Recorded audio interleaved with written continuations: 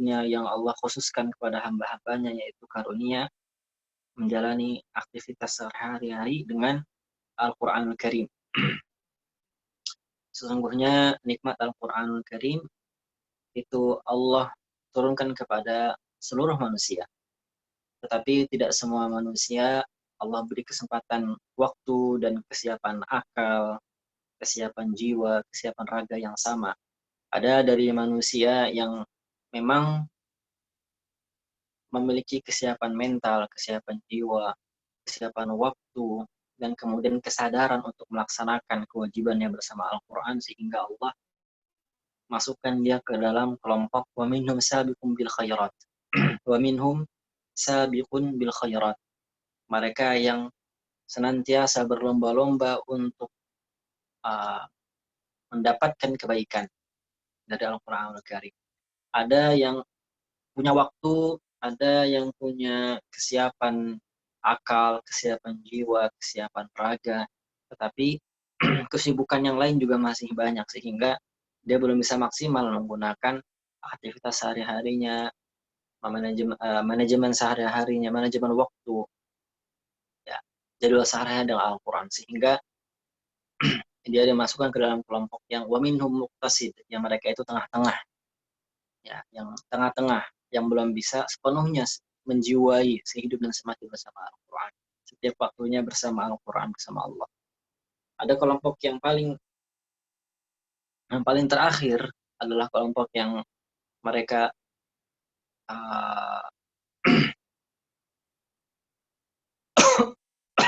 tsumma awrasnal kitaba alladziina istafaina min faminhum dzalimun linafsihi. Itu kelompok yang Allah sudah kasih waktu, Allah sudah kasih kesiapan jiwa, kesiapan iman, kesiapan raga, tetapi dia tidak mau menerima Al-Quran Karim.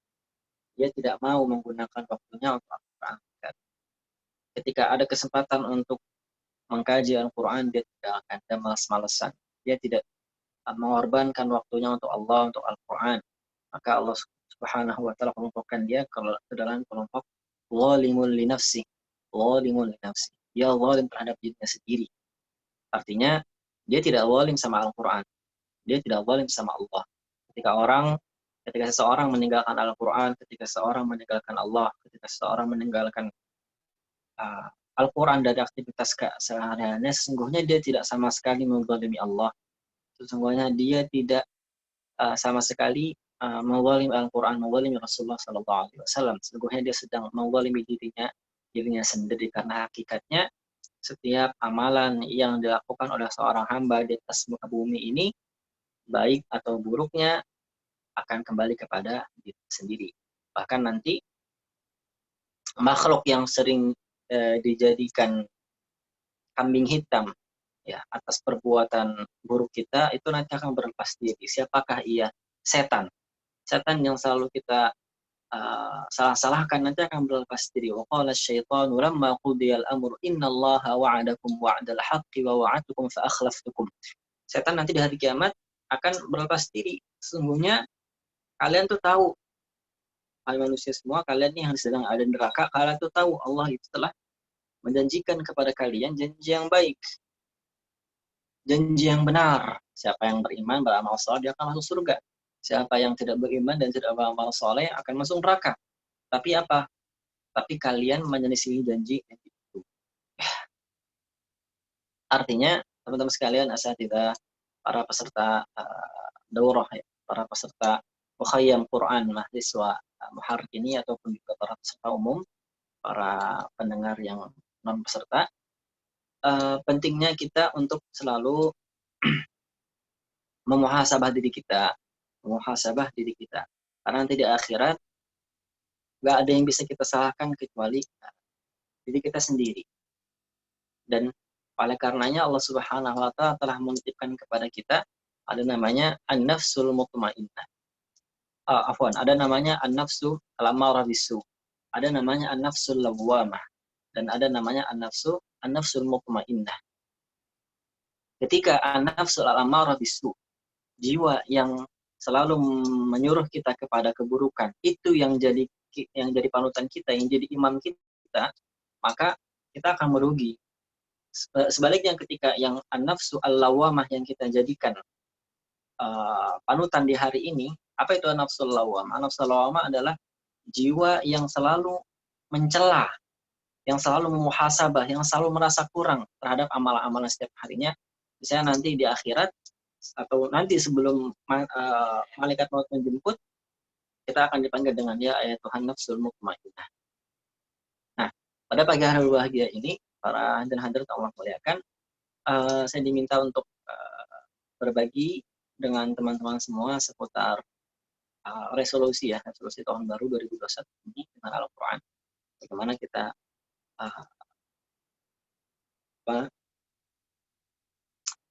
kita memberikan cahaya, kita menata ulang kehidupan kita lagi, memuhasabah ulang kehidupan kita yang sebelumnya, waktu kita yang lampau, dan juga menata ulang kehidupan kita yang akan datang dengan Al-Quran Al-Karim. Sesungguhnya Allah Subhanahu wa Ta'ala, saya selalu sampaikan ini di dimanapun ya, saya tidak sebutkan bahwa Allah Subhanahu wa Ta'ala jarang sekali memerintahkan takwa dengan lafaz yang sharih, lafaz amar yang sharih, yang tegas, yang lugas, 2 kali dalam 1 ayat. Hanya ada 2 yang saya temukan di Al-Quran Al-Karim. Hanya ada 2 ayat di Al-Quran Al-Karim, di mana ayat itu ada 2 kali lafaz ittaqullah. Lafaz ittaqullah. Saya ulangi. Di dalam Al-Quran hanya ada 2 ayat. Di mana di ayat tersebut itu ada 2 kata ittaqu, bertakwalah kalian. Yang pertama adalah ayat di surat pertama. Di ayat pertama surat An-Nisa. Ayat pertama surat An-Nisa. Lalu ayat yang kedua adalah ayat 18 dari surat Al-Hasyr yang tadi saya bacakan ke bawah. Di surat An-Nisa ini ayat bicara tentang ya ayuhan nasu taqu rabbakum alladzi khalaqakum min nafsin wahidah wa khalaqa minha zawjaha wa batha minhuma rijalan katsiran wa nisaa'a wattaqullaha alladzi tasaaluna bihi wal arham. Ayat ini bicara tentang pentingnya kita menatap masa depan dengan memperbanyak keturunan, dengan memperhatikan kualitas keturunan kita, dengan memperhatikan kualitas hubungan suami dan istri. Sedangkan ayat yang kedua, ya ayyuhalladzina amanu taqullaha wa tanzur nafsum ma qaddamat lighad wattaqullah. Ini berbicara dalam umum. Berbicara bagaimana kita sebagai seorang manusia yang beriman itu senantiasa wajib mengevaluasi tahun yang sudah berlalu dan juga mempersiapkan apa yang harus kita lakukan di masa depan. Karena apa? Karena nasib kita nanti di hari kiamat itu tergantung dengan apa yang kita evaluasikan di hari ini dan apa yang kita persiapkan juga di hari ini. Dalam sebuah hadis yang sahih bahwasannya seorang hamba tidak akan beranjak dari tempat berdirinya nanti ketika masa hisab kecuali sudah ditanya 4 hal, dan yang paling penting daripada itu adalah wa an umrihi fima afnah. Wa an umrihi fima afnah. Wa an umrihi fima afnah. Di umurnya, di masa hidupnya sudah dengan apa dia menghabiskan, dengan apa dia menghabiskan umurnya, apakah dengan beraleha, dengan rebah-rebahan, apakah dengan senantiasa beribadah, beramal soleh, berilmu, berkarya, berdakwah. Itu semua nanti akan ditanya di hari kiamat. Yang akan ditanya nanti di hari kiamat bukan kualitas kualitas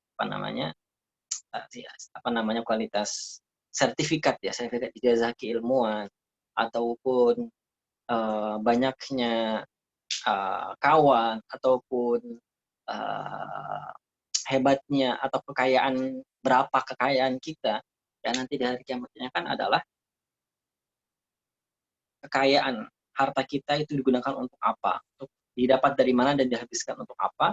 Lalu juga di masa muda kita itu kita habiskan untuk apa, dan lalu umur kita itu dihabiskan untuk apa.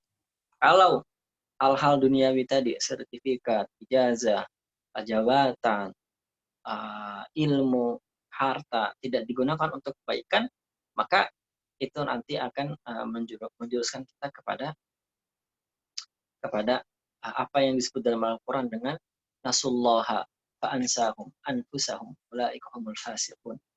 Yang disebutkan dalam Al-Quran, wala takunu kalladzina nasullaha fa'ansahum anfusahum ulaika humul fasiqun. Janganlah kalian menjadi orang yang meninggalkan Allah. Ya, nasullah di situ tidak hanya diartikan sebagai melupakan Allah. Dia tahu Allah itu ada. Dia mengingat Allah.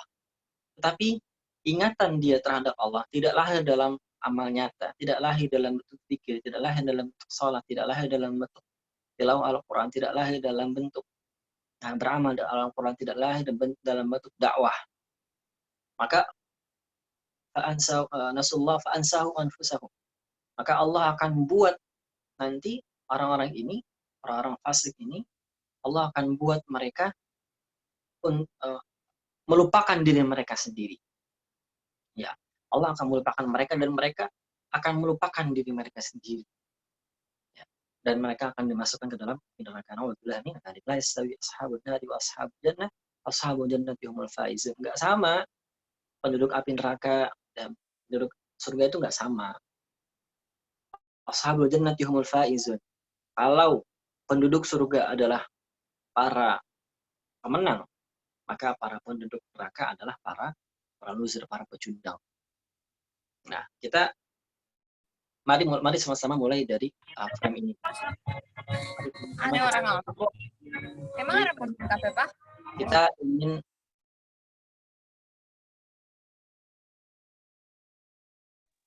Kita ingin menjadi pemenang atau kita ingin menjadi pecundang nanti di hari kiamat. Kita mulai dari frame ini. Kalau kita ingin jadi pemenang, maka berlakulah seperti para pemenang. Jangan bercita-cita menjadi pemenang, tetapi mindset kita nggak seperti pemenang. Tetapi laku kita, tindak laku kita tidak seperti pemenang. Tetapi actionnya kita nggak seperti pemenang. Tetapi teman-teman kita bukan para pemenang juga. Ya. Kita mimpi sebagai pemenang, tapi teman-teman kita ternyata para pecundang. Pagi hari kita nggak mulai hari kita seperti seorang pemenang. Malam hari kita tidak kita tutup layaknya seorang pemenang menutup harinya. Nah, kalau seperti ini jadinya, maka kapanpun kita adakan acara-acara motivasi, acara-acara daurah, acara-acara muqayyam, maka itu tidak akan bermanfaat banyak. Masuk surga, tapi kemudian masuk surganya bukan as-sabiqun as-sabiqun walaikal muqarrabun. Jadi penghuni surga itu kan di hari kiamat nanti di surat Al-Waqiah disebutkan ada was-sabiqun as-sabiqun. Ada ashabul maimanati ma ashabul maimanah. Ada ashabul masy'amati ma ashabul masy'amah. Ada para pemenang yang memang mereka akan didekatkan oleh Allah Subhanahu wa taala nanti di hari kiamat. Siapa mereka? Mereka itu sullatun minal awwalin wa qalilun minal akhirin. Mereka sangat sedikit. Ya, mereka sullatu banyak. Minal awwalin dari generasi pertama, generasi Rasulullah SAW, generasi para sahabat, wa qalilun minal akhirin. Dan mereka sangat sedikit jumlahnya dari generasi akhir zaman. Dari generasi yang terakhir datang belakangan. Nah, bagaimana kemudian kita berlaku sebagai seorang pemenang? Rukun-rukunnya tadi sudah saya sampaikan. Rukun-rukunnya tadi sudah saya sampaikan. Namun, prinsip pertama yang senantiasa dipegang oleh seorang pemenang, oleh seorang revolusioner, bukan hanya sebagai resolusioner ya, yang setiap hari bikin resolusi, ya, setiap tahun awal tahun bikin resolusi, tapi memang dia revolusi, pemikirannya adalah dia ingin melakukan gebrakan baru, adalah dia senantiasa menganggap bahwa hidup ini itu jauh lebih singkat daripada kewajiban yang seharusnya senantiasa dia tunaikan. Ini yang pertama, prinsip yang pertama. Dia senantiasa memandang bahwa kehidupan ini itu jauh lebih singkat, jauh lebih pendek, jauh lebih sedikit daripada kewajiban yang harus dia tunaikan. Kewajiban kepada Allah, kewajiban kepada Rasulullah, kewajiban kepada Al-Quran, kewajiban kepada orang tua, kewajiban kepada keluarga, kewajiban kepada masyarakat, kewajiban kepada negara. Ini begitu banyak. Dan karenanya seorang pemenang, dia mengukur seluruh aktivitasnya dari kewajiban-kewajiban itu. Ya, bukan dari waktunya. Bukan dari waktunya. Seorang pemenang akan memikirkan, bagaimana kalau saya hari ini malas-malesan? Bagaimana kalau saya tidur-tiduran? Bagaimana kalau uh, amalan yaumiyahnya bolong-bolong? Nggak pernah diperbaiki, nggak ada mau untuk memperbaiki. Bagaimana nanti saya menunaikan kewajiban kepada Allah? Bagaimana sholat saya nanti? Bagaimana saya nanti menunaikan kewajiban kepada Rasul? Bagaimana saya mengamalkan hadis-hadis Nabi dalam keseharian? Bagaimana saya nanti mengamalkan kewajiban pada Al-Quran? Bagaimana nanti target-target tilawah, target hafalan, target pemahaman, target ta'lim akan saya laksanakan? Dan seterusnya. Sebaliknya, jika dia mengukurnya dari waktunya dulu, bukan dari kewajibannya, dia akan berpikir, masih ada besok, masih ada nanti sore, masih ada siang nanti, masih ada besok, masih ada besok, masih ada besok. Sehingga dia menganggap bahwa waktu lebih banyak daripada kewajiban. Dan ini adalah awal mula kehancuran. Awal prinsip pertama seorang pecundang itu begitu. Prinsip pertama seorang pecundang, seorang yang akan kalah nanti di hari kiamat, akan dihinakan nanti di hari kiamat. Mereka menganggap bahwa dia dan dirinya itu lebih besar. Dia dan waktu yang dimiliki itu lebih banyak daripada kewajiban yang mesti dia dilaksanakan. Nah, itu kenapa Allah Subhanahu wa taala ketika menurunkan surat Al-Asr, wal 'asri innal insana lafi khusr illa alladziina aamanu wa 'amilus shalihati wa tawashaw bil haqqi wa tawashaw bis sabr. Demi masa, sesungguhnya setiap manusia, tua mudanya, pinter bodohnya, yang S1 sampai S3-nya, yang SD, semuanya, yang laki-laki, yang wanita, semua manusia nggak terkecuali, itu dalam kerugian. Kecuali mereka yang beriman, beramal soleh.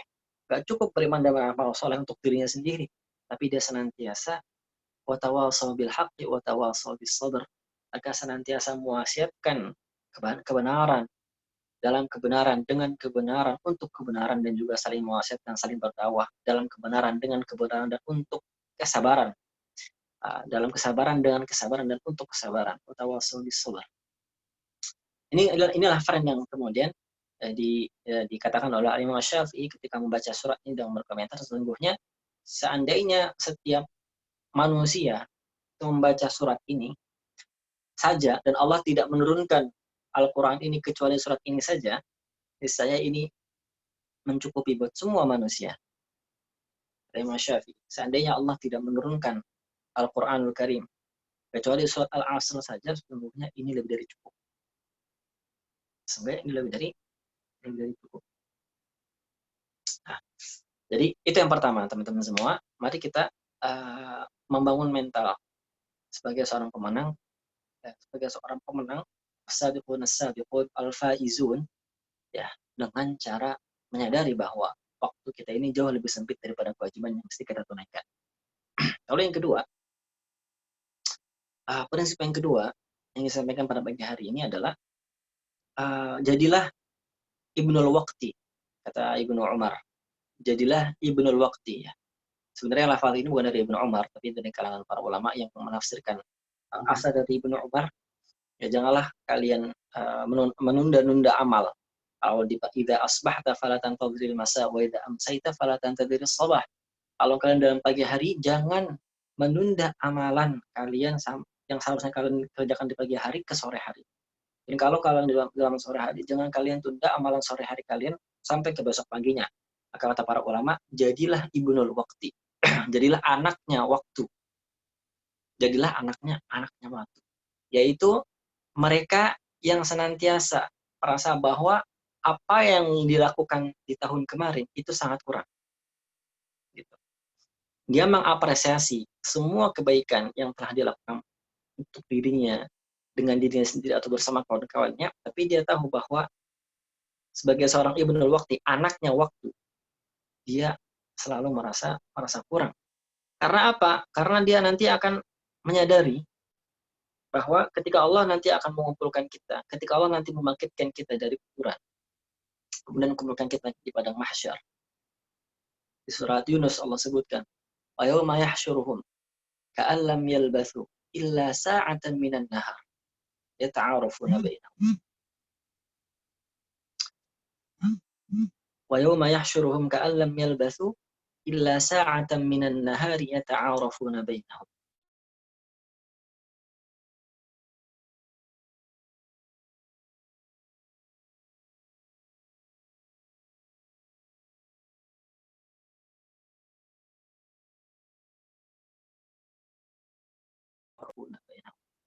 Kita akan merasa bahwa semua waktu yang sudah kita lalui di dunia, baik yang hidupnya 60 tahun, 70 tahun, 80 tahun, ataupun yang masih muda sekali, 20 tahun, 15 tahun, itu lam yalbathu illa sa'atan minan nahari yata'arafuna bainahum. Itu tidak lebih lama daripada 1 jam di siang hari saja, di mana 1 jam itu hanya cukup untuk digunakan untuk berkenalan, ta'aruf. Tidak sempat untuk makan-makan, tidak sempat untuk basa-basi, tidak sempat untuk berkarya lebih banyak. Kita nanti semua akan menganggap bahwa panjangnya waktu di mahsyar, panjangnya waktu di hisab, panjangnya waktu menunggu haud, menunggu sirat, menunggu arad, itu jauh lebih panjang daripada hari yang kita habiskan di dunia. Kita hari ini ngapain aja? Kita udah kuliah, udah SD berapa tahun, SMP sudah berapa tahun, SMA sudah kuliah, sudah aktivitas, sudah kerja, sudah macam-macam. Itu nggak lama, teman-teman. Itu yang udah kita kerjakan kemarin itu nggak lama, sedikit banget. Ka'alamil batu illa sa'atan minan nahari yata'aruf. Siapa nanti yang akan pecundang, yang akan merugi siapa? Qad khasiral ladzina kadzdzabu bi liqa'illah. Yang akan menjadi pecundang adalah yang mendustai pertemuan Allah ini, yang nggak percaya bahwa ada hari kebangkitan, yang kemudian tindak tanduknya itu seakan-akan seperti orang yang tidak percaya terhadap hari kebangkitan. Dia percaya sama hari kiamat, dia percaya terhadap adanya konsep balasan. Ya. Tetapi amal kesehariannya tidak menunjukkan kepercayaan itu. Amal kesehariannya dia boros dengan waktunya, dia sia-siakan waktunya. Dia tidak pernah mengevaluasi kemarin, dan juga tidak pernah bikin evaluasi untuk esok hari.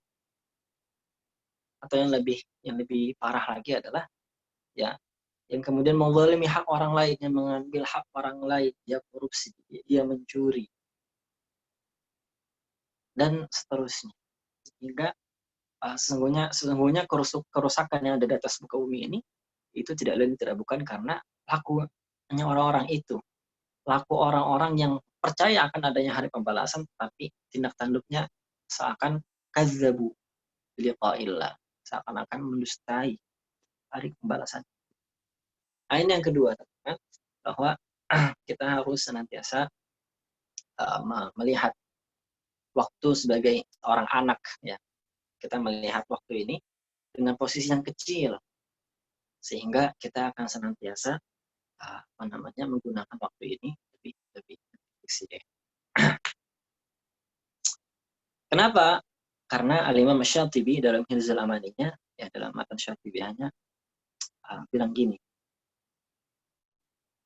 wa hadza zamanus sabri mallaka billati kaqabdin ala jamrin fatanju minal bala walau anna 'aynan sa'adat latawakkafat sahaibuha bid-dam'i diman wa huttala walakinnaha 'an qaswatil qalbi qahtuha faya dhai'atal a'mari tamshi sabahlala bi nafsi man istahda ila Allah wahdahu wa kana lahul Qur'anu syirban wa maghsila. Ini dengan bait-bait ini saya ingin masuk kepada poin berikutnya. Imam Syatibi dalam Hirzul Amaninya, dalam matan Syatibiyahnya, bilang gini, sesungguhnya kita ini hidup di zaman di mana kesabaran ya kesabaran itu jauh lebih dahsyat, jauh lebih berat. Sabar dan istiqomah dalam ketakwaan, sabar teguh itu jauh lebih berat daripada kaqabdin ala jamrin fatanju minal bala, daripada menggenggam bara api yang masih menyala kita pegang. Al-Imam Syatibi ini hidup di abad 6 sampai 7 Hijriah. Kita sekarang hidup di abad berapa? 15 Hijriah ya, 14-15 Hijriah. Jadi sudah 7 abad yang lalu.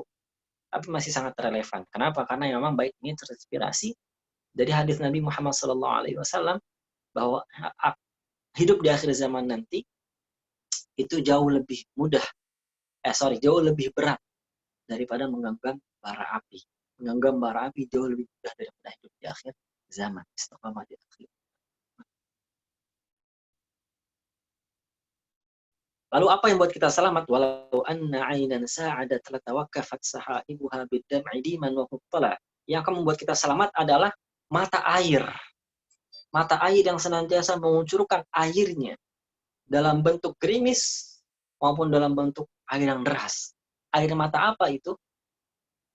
Tabat 'alaihi arduhu fatafattaqat bikulli 'abirin hina asbaha mukhtala.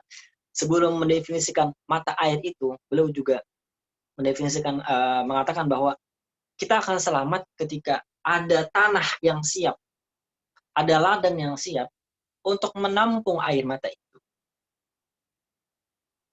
Di kulli 'abirin hina asbaha mukhtala. Sehingga setiap ada air yang lewat, ya, setiap ada air yang lewat, tanah itu akan tumbuh subur. Ya, ini permisalan ya, metafor dari manusia. Walakinnaha 'an qaswatil qalbi qahtuha fayadhi'atal a'mali tamshi sabahlala. Lalu adanya air, kita sudah Allah sudah menurunkan kepada kita mata air, itu Al-Qur'an Karim. Allah sudah menyiapkan tanah yang siap menampung itu dan kemudian memunculkan tumbuhan-tumbuhan yang amat indah, yaitu para sahabat, para tabi'in, yang sehingga tumbuhan-tumbuhan itu diartikan dengan ilmu. Tetapi kenapa kemudian sabar, teguh, dan istiqomah di atas hal tersebut itu jauh lebih susah daripada memegang bara api? Karena walakinnaha an qaswatil qalbi qahtuha fayadhi'atal a'mali tamshi sabahlala. Karena yang salah bukan Al-Quran ataupun para sahabat. Yang salah adalah kita yang terlalu dikuasai dengan kerasnya hati. Walakinnaha an qaswatil qalbi qahtuha, yang menyebabkan kemudian tanah ladang yang ada di hati kita itu menjadi kering, menjadi kemarau. Fayadhi'atul a'mali tamshi sabahlala binafsi. Al-Imam Syatibi kemudian, Al-Imam Syatibi ini adalah seorang ulama yang amat terkenal. Ya, dia orang yang pertama kali mengumpulkan qiraat sabah dalam bentuk syair ya. Qiraat sabah dalam bentuk syair dalam matan Syatibiyahnya. Beliau meringkas dari At-Taisir karangan Al-Imam Abu Amr Ad-Dani. Orang ini sangat pintar dalam bahasa Arab. Dia ulama, dia zahid, dia tidak menulis ahli zuhud gitu ya. Dia tidak menulis satu bait. Ini jumlah baitnya ada 1173. Satu bait dia tulis setelah dia tawaf 7 kali. Tawaf di Ka'bah 7 kali. Udah begitu pun dia masih menyesal. Fayadhi'atal a'mali tamshi sabahlala. Aduhai diriku yang senantiasa melalaikan waktu, yang menyanyiakan waktu, yang membiarkan waktu ini berjalan begitu saja tanpa aku gunakan dengan sebaik mungkin. Wa kana lahul Qur'anu syirban wa maghsila bi nafsi man istahda ila Allah wahdahu wa kana lahul Qur'anu syirban wa maghsila wa tabat alaihi ardu fatuba lahu wa syauqa yab'athu hammahu wa zandul asa yahtaju fil qalbi mush'ila huwal mujtaba yaghdu 'ala an-nasi kullihim qariban ghariban mustamalan mu'ammala. Maka kata Imam Syatibi, sebaik-baik amalan yang bisa kita lakukan untuk mengisi waktu waktu itu, agar waktu nggak sia-sia berlalu, adalah dengan memperdalam hubungan kita, memperkuat hubungan kita dengan Al-Quran Karim. Man istahda ilallahi wa siapa yang senantiasa berdoa kepada Allah dan meminta Al-Quran sebagai syirban wa maghsilah, sebagai sumber mata air ilmu dan amalnya, sebagai sumber mata air keimanan dan ketakwaannya. Fatuba lahu wasyauqa yab'athu. Beruntung sekali dirinya, beruntung sekali mereka yang senantiasa menjadikan Al-Quran sebagai mata air keimanan, ketakwaan, dan mata air ilmu dan amal solehnya. Nah, maka teman-teman semua, mari kita sama-sama bikin ya, memanage ya diri kita dengan Al-Quran. Tadi kalau kita ingin istiqomah, sahabat, ya, teguh di dalam akhir zaman ini, kita nggak lepas dari Al-Quran. Yang pertama, bagaimana cara manajemen diri kita dalam Al-Quran? Maksimalkan amal ibadah salat 5 waktu kita dulu. Maksimalkan amal ibadah 5 waktu salat 5 waktu kita. Sudah ditunaikan secara haknya belum? Sudah dilaksanakan dengan sebenar-benarnya belum? Sudah dilaksanakan dengan sebaik-baiknya cara atau belum? Sudah khusyuk atau belum? Kita bisa mulai dari salatnya. Kita bisa mulai memperbaiki hubungan kita dengan Al-Quran di tahun 2021 dan di tahun yang akan datang ini, dengan memperbaiki kualitas sholat 5 waktu kita. Sejauh mana kesuksesan yang akan kita raih dalam kehidupan itu bergantung dengan sehebat apa kita khusyuk dalam sholat. Bukan hanya berdiri sholat tanpa ada khusyuk. Karena di surat Al-Mu'minun Allah Subhanahu wa taala bilang qad aflahal mu'minun alladzina hum fi salatihim khashi'un. Sungguhnya yang akan menang itu bukan orang yang sekedar sholat berdiri, alladzina hum fi salatihim qa'imun. Bukan hanya sekedar dia menunaikan salat, tapi sholatnya itu khusyuk. Nah, ini yang pertama. Perbaiki manajemen diri kita sama Al-Quran dengan memperbaiki kualitas sholat kita. Yang kedua, walladzina hum 'anil laghwi mu'ridun. Walladzina hum 'anil laghwi mu'ridun. Kalau kita ingin tadi meneruskan mental pemenang kita, ya, dan menggunakan waktu sebaik-baiknya, lalu juga memanagenya dengan Al-Quran, maka kita harus meninggalkan terlebih dahulu al-lagh, hal-hal yang menyiakan, baik itu perkataan maupun perbuatan. Kalau ada lahwun, la'ibun sama laghwun, itu masing-masing punya berbeda maknanya di Al-Quran. Innamal hayatu dunya la'ibun wa lahwun. Nanti adalah laghwun. Tapi kalau hanya satu yang disebut di satu ayat nih misalnya, walladzina hum 'anil lahwi mu'ridun, maka satu kata ini mewakili 3 kata yang lain. Dia mewakili al-la'ab, permainan, al-laghu, hal-hal yang menyanyiakan dirinya dia, ya, baik itu yang makruh sampai yang mubah, lalu al-lahwu, ya, perkataan-perkataan yang sia-sia. Jadi semua diwakili. Dan para pemenang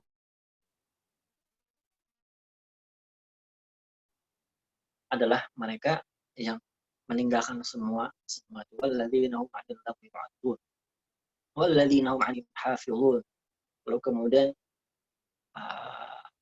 amalan yang ketiga adalah dia senantiasa mensucikan hartanya. Karena barangkali saat kita udah menggebu-gebu ingin menghafal Quran, menggebu-gebu ingin menargetkan tahun ini untuk menghafal Quran, melancarkan hafalan. Tapi karena kita jarang sedekah, karena kita nggak pernah sedekah, karena kita nggak pernah membersihkan harta kita, nggak memperhatikan orang-orang yang pantas kita bantu, sehingga kita pun nggak dibantu sama Allah untuk menunaikan planning kita.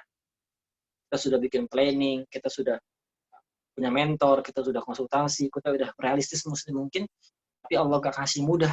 Jangan-jangan karena kita nggak memperhatikan harta kita. Kita pelit banget sedekah istilahnya. walladzina hum lizzakati fa'ilun, nggak dikerjakan.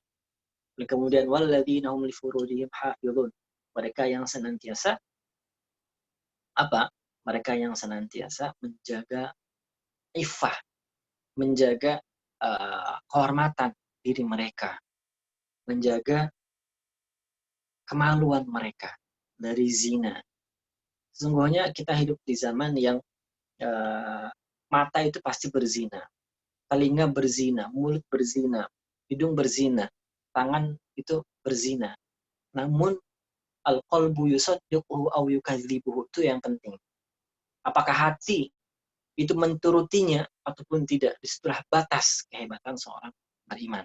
Dan ketika dia yukadzibu, ketika hatinya tidak menturuti matanya, telinganya, lisannya, tangannya untuk berzina, maka disitulah kualitas walladzina hum li furujihim hafizun.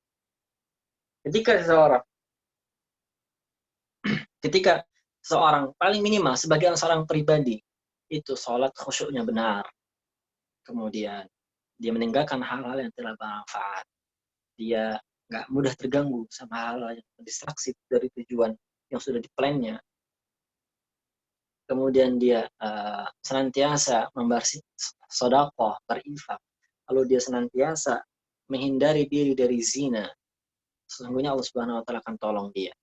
Masih banyak amalan-amalan yang lainnya. Walladzina hum 'ala salawatihim yuhafizun. Gimana? Walladzina hum li furujihim hafizuna illa 'ala azwajihim aw ma malakat aymanuhum fa innahum ghairu malumin faman ibtagha wara'a dzalika fa ulaika humul 'adun.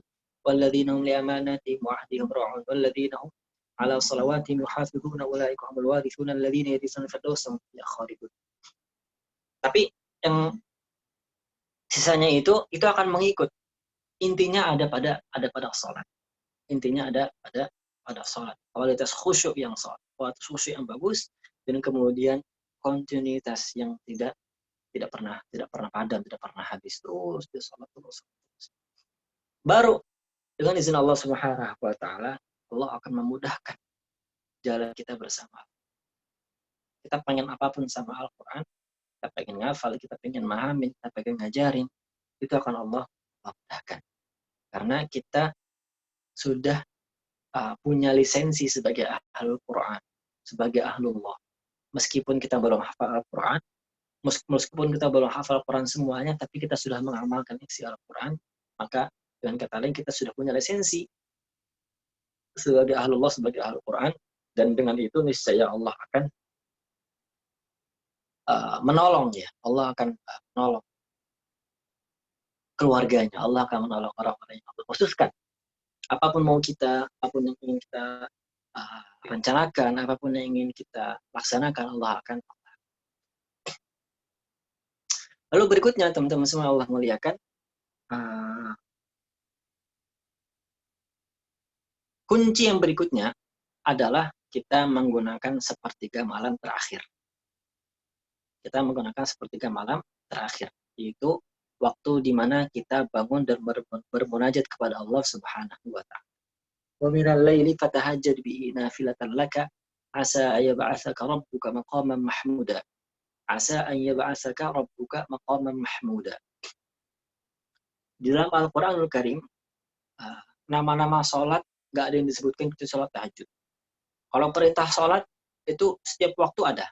Subuh ada, zuhur, asar, maghrib, isya ada. Ayat-ayatnya banyak sekali tersebar. Tetapi namanya sebagai sholat subuh, sholat asar, sholat zuhur, sholat maghrib, isya itu tidak ada. Allah hanya membatasinya dengan waktu.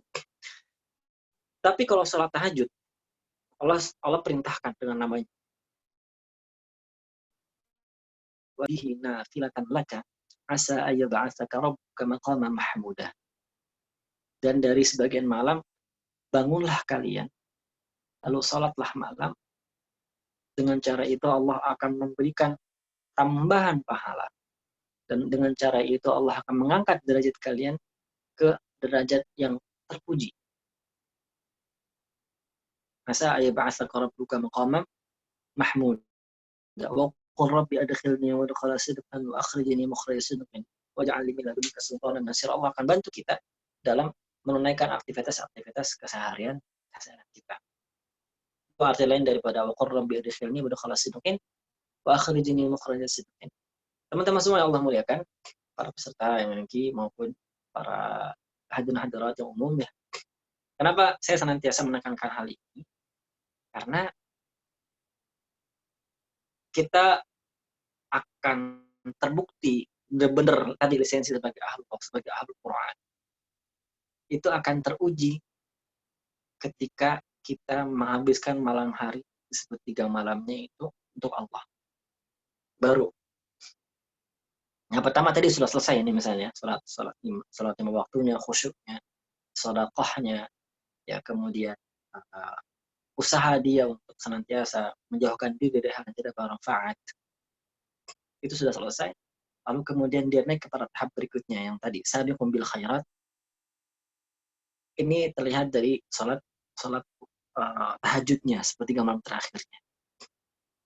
Kalau dia masih leha-leha di situ, kalau dia masih tidur di situ, atau dia begadang, tapi ini nonton Netflix, nonton Disney, Hotstar ya, ataupun nonton dengar Spotify, nonton YouTube, begadang tapi nggak jelas maksudnya, maka pertanyaan bagaimana mengatur waktu bersama Al-Quran itu akan selalu ada dan tidak akan pernah terjawab.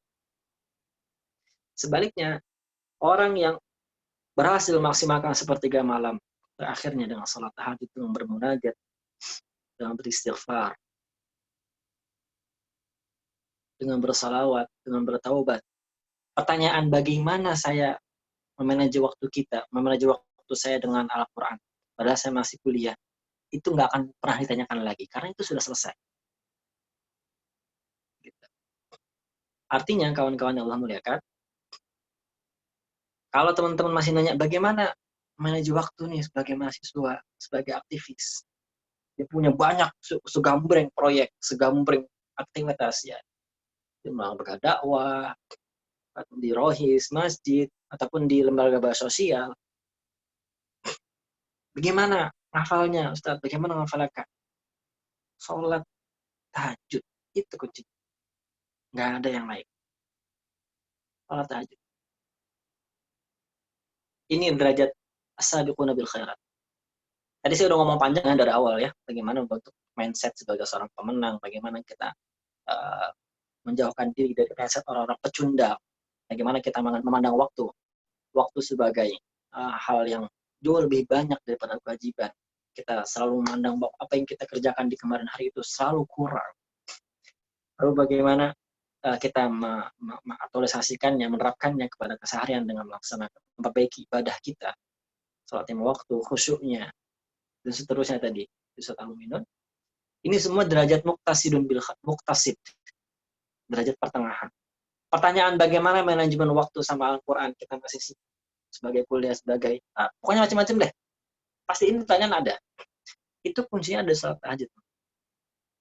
Bisa percaya sama saya.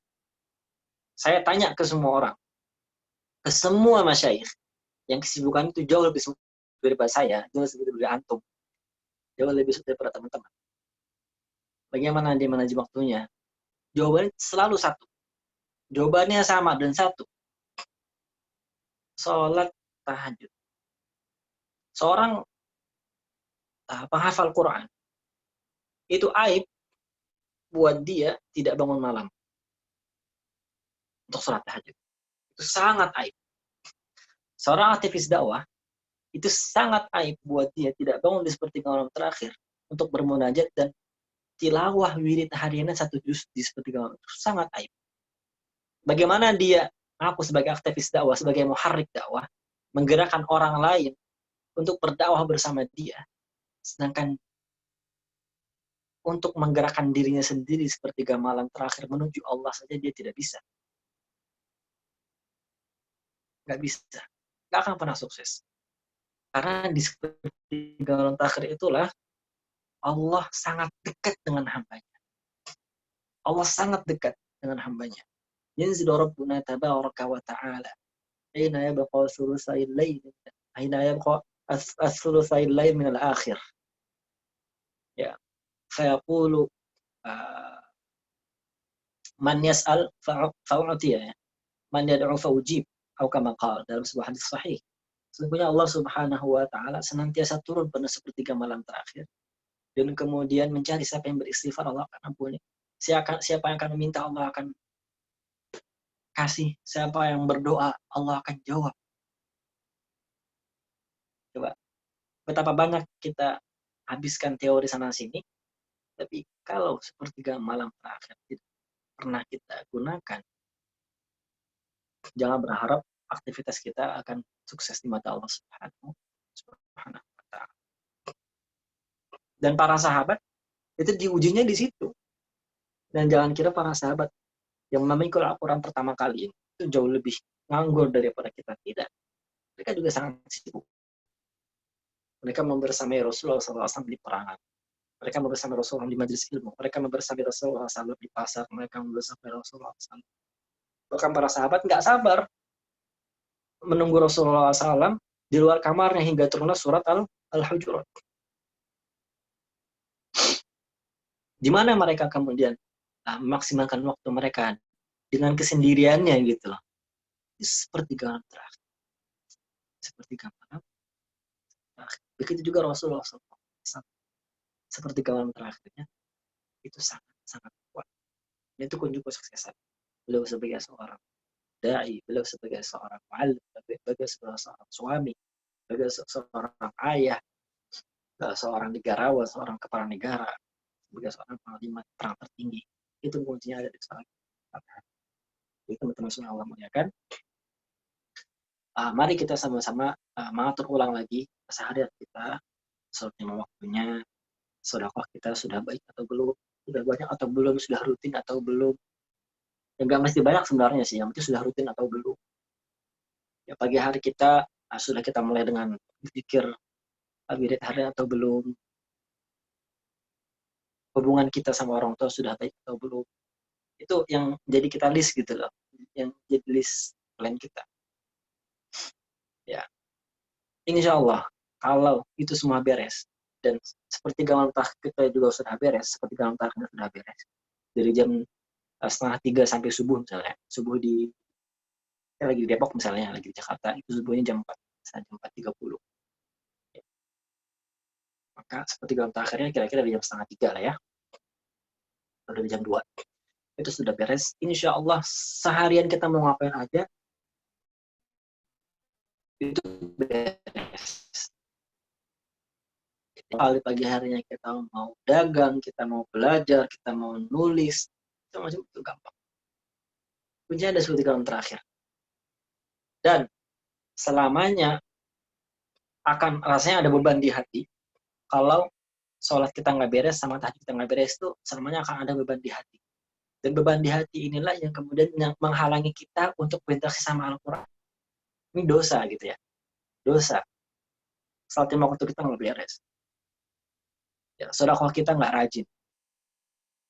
Kita masih suka melihat hal yang Allah haramkan, mendengarkan hal yang Allah haramkan, menuruti hawa nafsu kita. Maka ini akan nggak beres-beres. Ini akan menghalangi jiwa kita dari dari eksekusi planning gitu ya 2021. Saya sengaja tidak nggak mention bagaimana bikin planning. Kenapa? Karena saya sangat berhusnudzon bahwa teman-teman dari Mukhayyam Quran ini mahasiswa ya gitu ya, yang sangat gampang lah, mudah banget lah bikin planning itu gampang banget. Planning bulanan, planning makanan. Ini saya nggak perlu mention. Ya, ini saya mention kalau ke teman-teman ya santri ya mungkin masih manajemen dirinya masih acak-acak gitu ya, ataupun di anak SMP SMA gitu ya. Buat teman-teman mahasiswa sebenarnya bikin planning itu gampang banget. Betul nggak?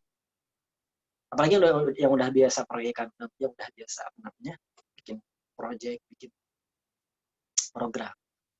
Ya, bikin program besar-besar aja bisa, maka masa bikin program itu nggak bisa. Seharusnya jauh lebih.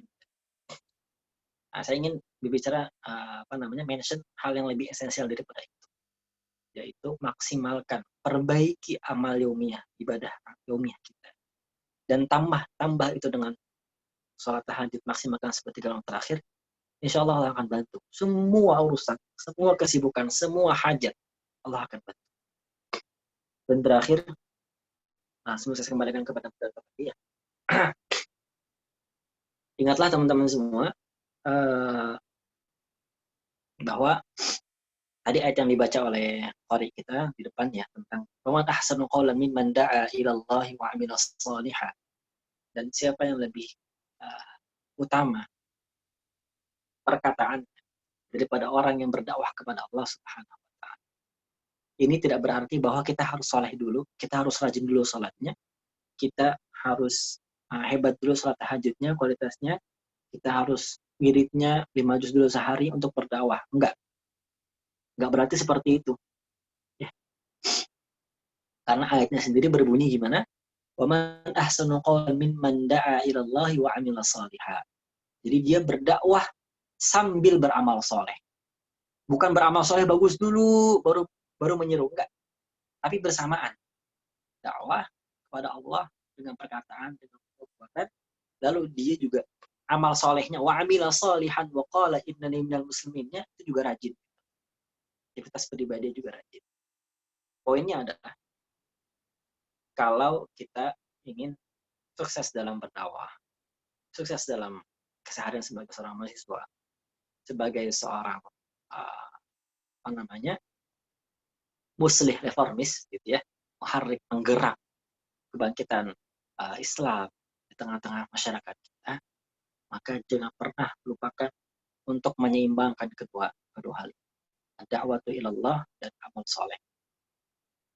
Karena pada akhirnya wala tastawil hasanatu wala sayyi'ah idfa' billati hiya ahsan. Karena nggak sama antara kebaikan dan keburukan. Keburukan senantiasa menyerang, senantiasa mengawasi. Setan senantiasa datang dari sebelah kanan, sebelah kiri, depan, belakang, dan bawah.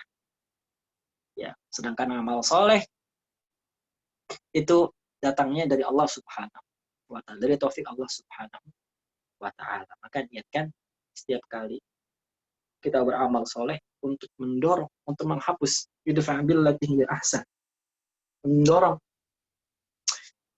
amal-amal keburukan tersebut. فإذا الذي بينك وبينه عداوة كأنه ولي حميم وما يلقاها إلا الذين صبروا وما يلقاها إلا ذو حظ عظيم. Terus bersabar dalam ketaatan, bersabar dalam menghadapi kemaksiatan, kemungkaran, bersabar dalam dakwah, bersabar dalam menasihati. Wala yulqaha illa dzu hadzin azim, senantiasa minta kepada Allah al-hadzz al-azim. Allahumma inni as'aluka hadzan 'azima. Jadi doanya begitu. Allahumma inni as'aluka hadzan 'azima. Ya Allah, aku minta kepadamu bagian yang besar, bagian yang agung. Allahumma inni as'aluka hadzan 'azima. Ya Allah, aku meminta minta kepadamu bagian yang agung. Apa itu bagian yang agung?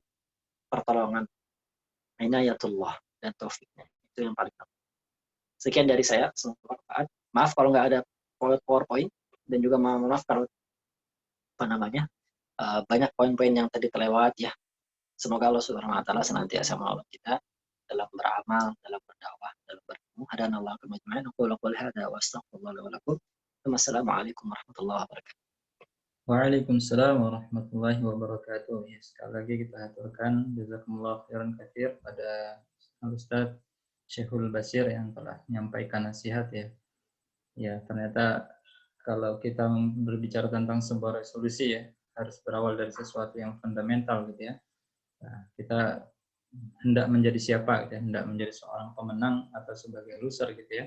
Maka tatkala kita bercita-cita menjadi seorang winner gitu ya, seorang pemenang, maka tentu cara yang kita tempuh adalah cara orang menuju ke arah sebagai seorang pemenang itu sendiri. Nah, persepsi inilah yang nanti mempengaruhi ketangguhan atau mungkin keistiqomahan kita di dalam memperjuangkannya ya. Jadi juga beliau menyampaikan satu prinsip ya yang mungkin sering kita dengar gitu ya, bahwasannya kewajiban kita jauh lebih banyak ya, daripada waktu yang tersedia, atau waktu kita sebenarnya jauh lebih singkat daripada kewajiban yang harus kita tunaikan. Dan juga beberapa nasihat tadi yang beliau kutip dari para ulama gitu ya, mengenai Jadi kita sebagai Ibnul Waqti gitu ya. Jadi anaknya seorang waktu gitu ya, yang kita tentu tidak akan mudah berleha-leha akannya.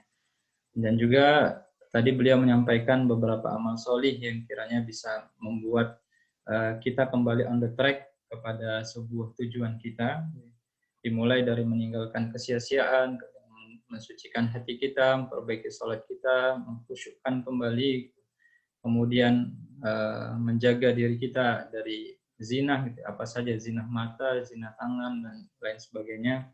Dan terakhir tadi belum menyampaikan satu kunci, gitu ya, seorang ahlul Quran ya hendaknya tidak lepas dari sepertiga malam ya. Meskipun kalau kita melihat di surat Muzammil gitu ya, ada keringanan, tapi bagi ahlul Quran dan juga para pejuang dakwah yang hendaknya menjadikan sepertiga malamnya sebagai waktu terbaiknya untuk bermunajat pada Allah Subhanahu wa taala. Baik, itu mungkin sekilas review dari yang apa beliau sampaikan tadi. Kita lanjut, Ustadz menyampaikan beberapa pertanyaan mungkin yang sudah ada di chat. Pertanyaan pertama, bagaimanakah tips menjaga keistiqomahan beribadah? Seringkali konsisten hanya di beberapa minggu awal, kemudian terlupakan oleh kesibukan duniawi, jadi kendor lagi konsistennya. Nah mungkin ini juga ya saat ketika kita berforum seperti ini semangat gitu ya, seminggu pekan gitu. Nah tapi setelahnya biasanya kendor lagi. Nah kira-kira tipsnya dari Fadol. Jadi bagaimana agar amalan kita itu enggak, kalau kata bahasa orang Betawi, hangat-hangat tai ayam gitu ya. Jadi ayam itu kalau keluar gitu ya, itu kan hangat, habis itu nanti langsung dingin gitu ya, langsung kaku. Nah, gimana biar garis istiqomah? Kita butuh teman ya, kita butuh teman.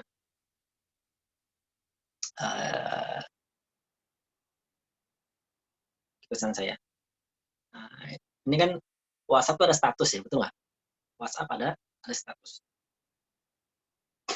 Statusnya itu biasanya banyak, betul nggak? Karena teman-teman kita kontaknya banyak. Kita nyimpan kontak si fulan, fulana, Ustaz fulan, Ustaz fulana, gitu kan? Nah, siapa.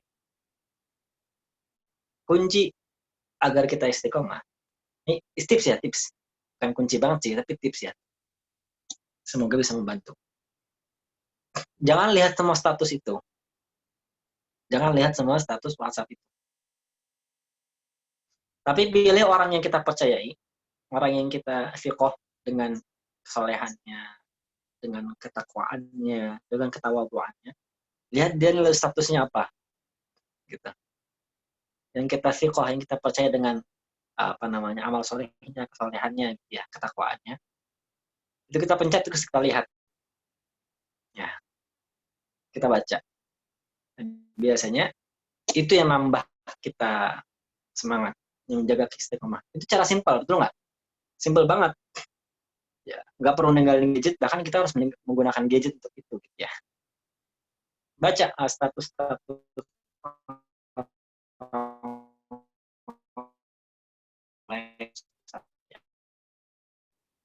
apa yang mereka tulis. Kan ya mereka anggap status itu nggak banyak manfaat ya. Ya udah, kalau tidak di status di Twitter, paling tidak. Atau kalau nggak di Twitter, jarang juga di IG, gitu ya. Coba mulai sortir di tahun 2021 ini, coba sortir following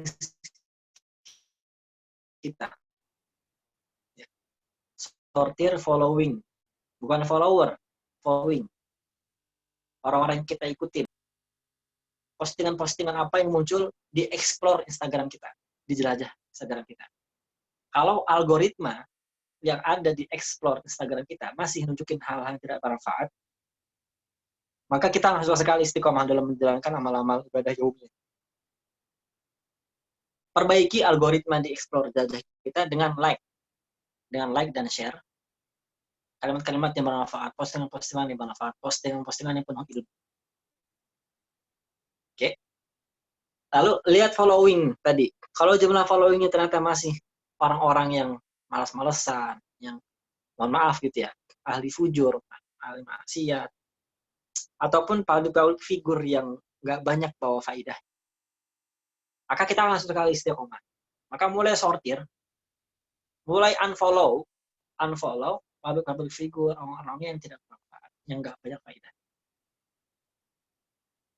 Lalu mulai follow satu step ulama-ulama, akun-akun ulama ya, akun-akun tokoh-tokoh lagi, Somad, Ustaz Hidayat, Buya Yahya, ataupun di Jogja siapa di Jogja misalnya, ya Ustaz Salim Villa misalnya ya, kalau dibaca ya. Ini tips yang ringan, tapi kalau ditelatenin dan kita bangun mindfulness gitu ya, bangun kesadaran, kalau kita follow, kita lihat status, kita lihat tweet itu, untuk membangun keistiqomahan, ini sangat berefek. Gitu. Jadi nggak melulu memperbanyak teman yang nyata, tapi ternyata nasihat, perbanyaklah teman-teman yang soleh. Itu ternyata bisa dimaknai juga dengan following kita. Apa yang kita ikuti, apa yang kita lihat, apa yang kita dengar. Semoga bermanfaat. Assalamualaikum warahmatullahi wabarakatuh. Ya. Begitu Ustaz. Baik Ustaz. Lanjut Ustaz. Izin bertanya lagi Ustaz. Kalau lagi malas cara mengatasinya bagaimana? Dari Ustaz. Kalau lagi malas, kalau malasnya itu sudah mengkarat, oke, saya bagi dulu malas itu ada berapa berapa jenis. Ada malasnya itu malas yang nggak mengkarat. Malasnya misalnya malas mut-mutan gitu ya. Nah, saya biasanya pakai prinsip 5 menit. Oke, lagi malas nih. Oke, 5 menit saya gunakan untuk malas-malasan. Emang untuk wasting time gitu. Wasting time untuk tidur, ngapain gitu ya. Pakai alarm. Nanti 5 menit, kayak misalnya sekarang 9.35 gitu ya. Sekarang pukul 9.35. Saya lagi malas banget, gak tau kenapa lagi malas gitu kan. Ini malasnya malas temporarial gitu ya. Yang mut-mutan. Oke. Kasih waktu badan sama jiwa saja 4 menit untuk beralih dulu. Sampai nanti mulai 9.40 bangun, gak tahu gimana caranya, gak tahu gimana pokoknya harus bangun, lalu beranjak ke tempat air wudhu, lalu niatkan untuk memperbaiki semangat. Insya Allah akan mudahkan. Nah, kalau sudah masuk ke tempo, sudah masuk ke tahap serius, saya biasa pakai aplikasi Forest, aplikasi buat fokus ya, bantu untuk fokus. Kita pasang timer 35 menit, kita pasang timer sejam, tergantung berapa waktu kita butuhkan untuk melaksanakan aktivitas fokus kita. Nah, aplikasi itu Forest aplikasinya itu Forest Plan ya, My Plan gitu. Ini teman-teman mahasiswa biasanya tahu. Nah, itu dipakai, dan kalau kita pakai aplikasi itu kita nggak akan lihat HP, kita nggak akan pubbing gitu, nggak bisa pubbing, nggak bisa scrolling, karena kalau scroll nanti akan balik ke aplikasi Forest itu, dan kita akan dengan aplikasi ini kita seakan-akan nanam tumbuhan. Kalau kita udah nggak fokus lagi, kemudian sengaja main HP, kita nanti sama saja membakar tumbuhan itu, atau tidak jadi tumbuhan itu nggak jadi tumbuh. Ini menarik, ini tips-tips yang ringan, tapi lagi-lagi kalau kita temukan mindfulness, kesadaran, kalau ini kita gunakan amal soleh, itu sangat membantu. Gitu. Nah, beda kalau semangatnya itu udah mengkarat gitu ya, udah 1 pekan nggak pernah tahajud, udah 2 pekan nggak pernah bangun, udah 1 bulan nggak pernah khotam juga, itu udah mengkarat namanya, rasa futurnya itu udah mengkarat. Kita japri Ustaz, kita japri kakak senior yang kita percayai, kita japri murabi kita tanya mereka, Ustaz minta nasihatnya, saya lagi futur sekali. Atau kalau malu, kalau nggak mau ketahuan aib kita, sama ustadz gitu ya, sama kakak, japri ibu. Ya, atau kalau masih hidup, ataupun bapak ya. Hidup. Pak, Bu lagi nggak semangat nih, kalau semangatin dong. Atau kalau mereka sudah tidak ada, Allah yarhamhum gitu ya, kita japri kakak kita yang kita percayai. Kak, minta semangat dong, minta nasihatnya, lagi futur banget nih, lagi mengkaret banget semangatnya. Minta nasihatnya. Insya Allah Allah akan kasih jalan. Ini tips-tips yang ini emang tips yang nggak apa namanya, yang nggak saya comot dari buku A, buku C, enggak. Ini memang tips dari kantong saya sendiri yang memang saya lakukan. Saya berlindung dari Allah Subhanahu Wa Taala, berlindung kepada Allah Subhanahu Wa Taala dari tips-tips yang nggak saya lakukan, tapi saya nasihati gitu ya. Ini tips saya lakukan dan sangat berhasil, insya Allah. Kalau teman-teman memang ikhlas. Begitu Ustaz. Allah alam bisawab.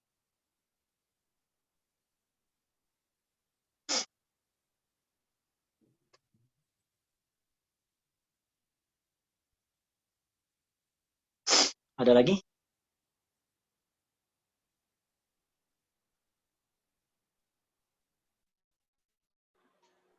Baik, Afan, sepertinya Ustaz Satria lagi trouble. Saya lanjutkan, Ustaz. Ya, baik Ustaz. Ya, begitu juga nasihat yang pernah saya dengar dari beliau ketika kita 5 menit fokus, kemudian 5 menit dan buka HP gitu ya. Cek. Masuk, Ustaz. Bagus ya, Dek.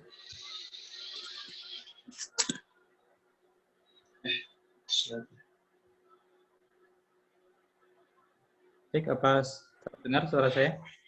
Oh iya, sudah, Ustaz. Oh iya, lanjutkan lagi ya. Ustadz, izin bertanya, bagaimana hendaknya kita jika qiyamul lail sudah diusahakan untuk rutin, namun belum dalam salat 5 waktu ini belum khusyuk.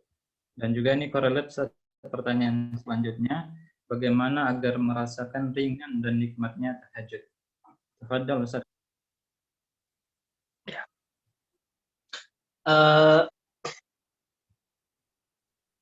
Ini ringan atau beratnya kita dalam apa namanya menghidupkan seperti kalau terakhir ya, itu ditentukan dari apa yang kita lakukan sebelum kita tidur.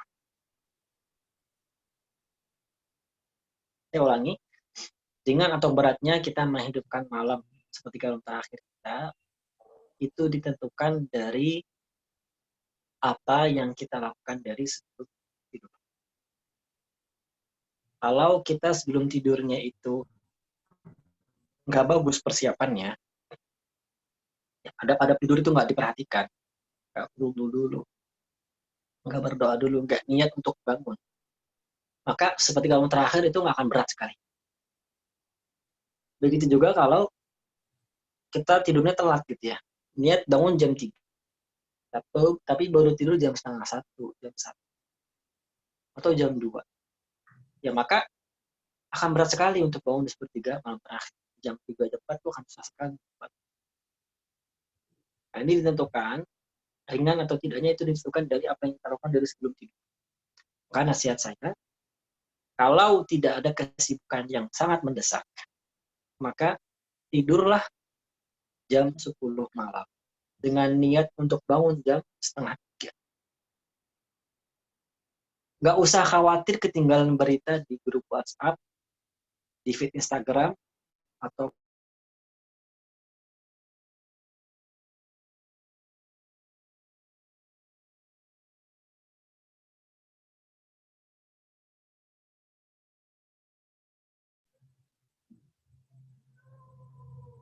ya, saya lanjut ya. Mohon maaf, ini jaringan saya lagi bermasalah. Iya. Nggak bisa dihubungi. Ya. Jadi intinya adalah kalau pengen ringan di sebelum terakhirnya, sebelum tidurnya harus diperhatikan adab-adabnya, lalu jangan tidur terlalu malam. Kalau darurat gimana? Kalau terlalu malam gimana? Jam 1 harus ada deadline, tugas, dan kerjaan. Ya nggak apa-apa, oke deh, nggak apa-apa tidur jam segitu, nggak apa-apa. Otomatis kan bakal berat nih, bangun jam 3. Nggak apa-apa, tahajud sebelum tidur tidak apa-apa. Laksanakan sholat witir, dan kemudian sebelum sholat witir itu, sholat 2 rakaat, niatkan tahajud. Itu insya Allah sudah masuk ke dalam hitungan tahajud. Insya Allah. Tapi jangan sampai kemudian tidur jam 2, ya bangun jam 7. Itu ngapain? Nggak boleh juga. Selaut-lautnya kita tidur, subuh juga nggak boleh. Boleh kelewatan. Bangun subuh. Buat laki-laki wajib berjamaah. Allah alam bisawab. Ya Ustaz, izin melanjutkan lagi. Ada pertanyaan, saya diamanahkan membina santri tahfiz, sedangkan saya selalu minder karena merasa belum baik dalam hafalan dan keseharian. Kira-kira bagaimana Ustaz solusinya? Ya, cari guru yang memang kita percayai lebih bagus hafalannya daripada kita dan lebih baik daripada murid-murid kita. Saya kira di Jogja banyak ya, ataupun kalau nggak di Jogja dimanapun lah sekarang. Sekarang tuh udah online tuh gampang banget. Gitu. Online tuh udah gampang banget. Dapetin guru itu nggak ada halangan.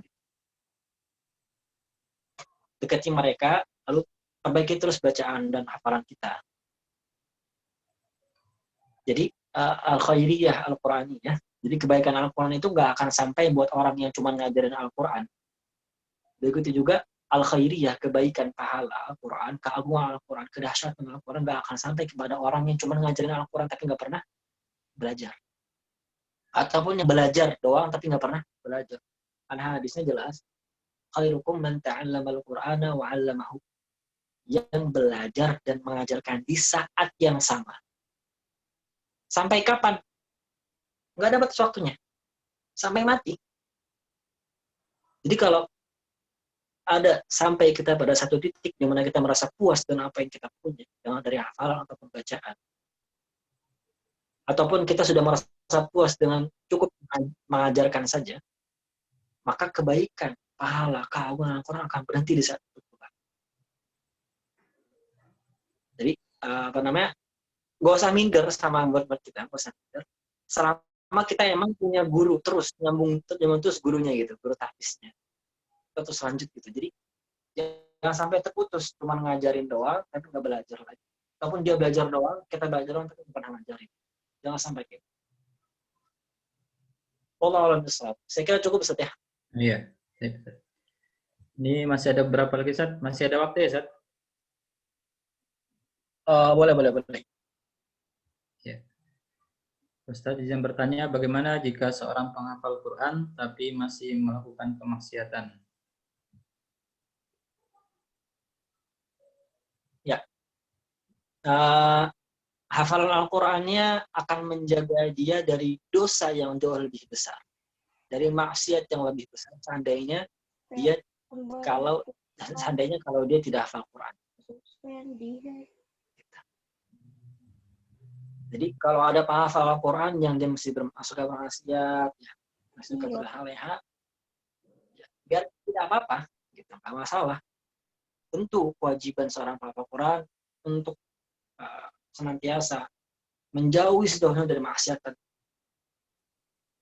Orang yang paling wajib untuk menjauhi kemaksiatan adalah ahli Quran. Tapi kalau toh pada akhirnya dia hafal Quran tapi masih bermaksiat, maka ketika dia masih menghafal Al-Quran, masih ngafalin Quran, masih ngelajarin Al-Quran, dengan izin Allah, hafalannya ini, pahala hafalannya ini akan mengikis dosa-dosa maksiat yang dia perbuat. Yang jika kalau dia berhenti dalam hafal, dalam berhenti mengulang hafalannya, maksiatan itu akan jauh lebih menguasai dirinya dan lebih dosa dia nanti. Gitu. Oh, alhamdulillah. Semoga bisa dipahami. Ya, baik Ustaz. Ada pertanyaan lagi Ustaz. Ini saya singkat-singkat saja. Ada tiga golongan di dalam surah Al-Fatir. Ya. Nah, tadi ada golongan sabiqul bil khair biidznillah. Nah, itu seperti apa Ustaz? Golongan gambaran golongan tersebut, kemudian langkah kita menuju ke sana seperti apa? Nah, kemudian pertanyaan keduanya, siapakah ahlul Quran itu Ustaz? Apakah mereka yang selesai 30 juz atau mereka yang tilawah? Ya, mohon maaf ini terputus-putus soalnya.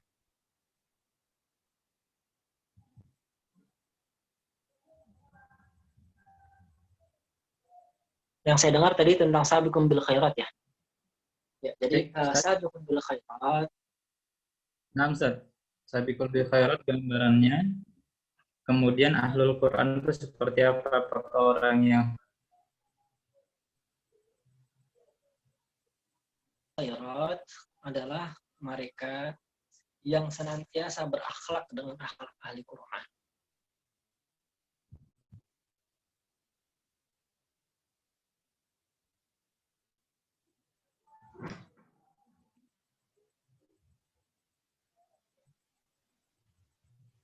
Jadi sabiqum bil khairat adalah yang senantiasa berakhlak dengan karakteristik Al-Quran.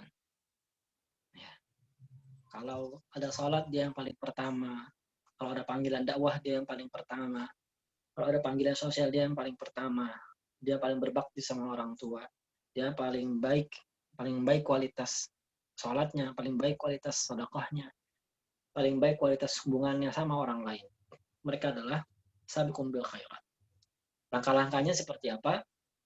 Langkah-langkahnya adalah singkatnya, ini panjang sekali, tapi singkatnya adalah mereka yang selalu memperbarui keimanannya, mereka yang selalu memperbaiki ilmunya sama Al-Quran, mereka yang senantiasa memperbaiki kualitas pengajaran Al-Qurannya kepada orang lain, dan mereka yang senantiasa terus nggak pernah berhenti untuk tabligh berdakwah, meskipun hanya satu ayat. Wallahu a'lam bishawab. Kira-kira cukup kan Ustaz ya? Ini Ya. sudah makin problem sinyal saya, Oh, ya, baik, Ustaz. karena mungkin banyak yang pakai wifi di rumah Baik, saya. Sepertinya juga sudah lewat Ustaz ya. oh ya, Saya baik, kira Ustaz. saya cukupkan sampai sini. Jazakumullah. Saya tutup ya. In uridu ilal islaha ma stata'tu wa ma taufiqi illa billah. Ditutup dah, boleh dengan Ustaz. Assalamualaikum warahmatullahi wabarakatuh.